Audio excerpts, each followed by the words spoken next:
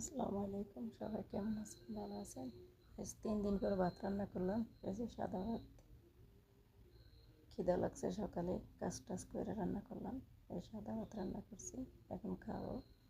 আর এখানে এই যে ব্রয়লার মুরগি রান্না করলাম, ব্রয়লার মুরগি বাইজা রান্না করছি।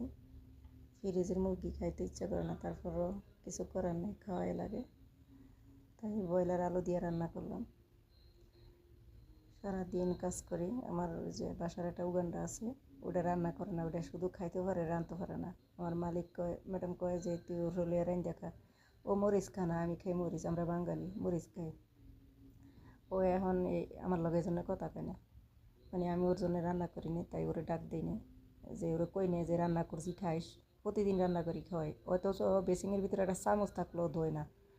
তাইলে ওরা আমি রান্না করে খাওয়ামকে, আমি পুরা বাড়ির কাজ করি, এটা প্রতিবন্ধী ফেলি, আবার ওরা রান্না করে খাওয়ামো, যত ও আমার কাজ হেল্প করে না। আমি আজকের পর থেকে আর ওরে খাওয়াবো না। খাওয়াইছি 15 দিন রান্না করি, আর খাওয়াবো না। যেমন কুকুর তেমন মগুর।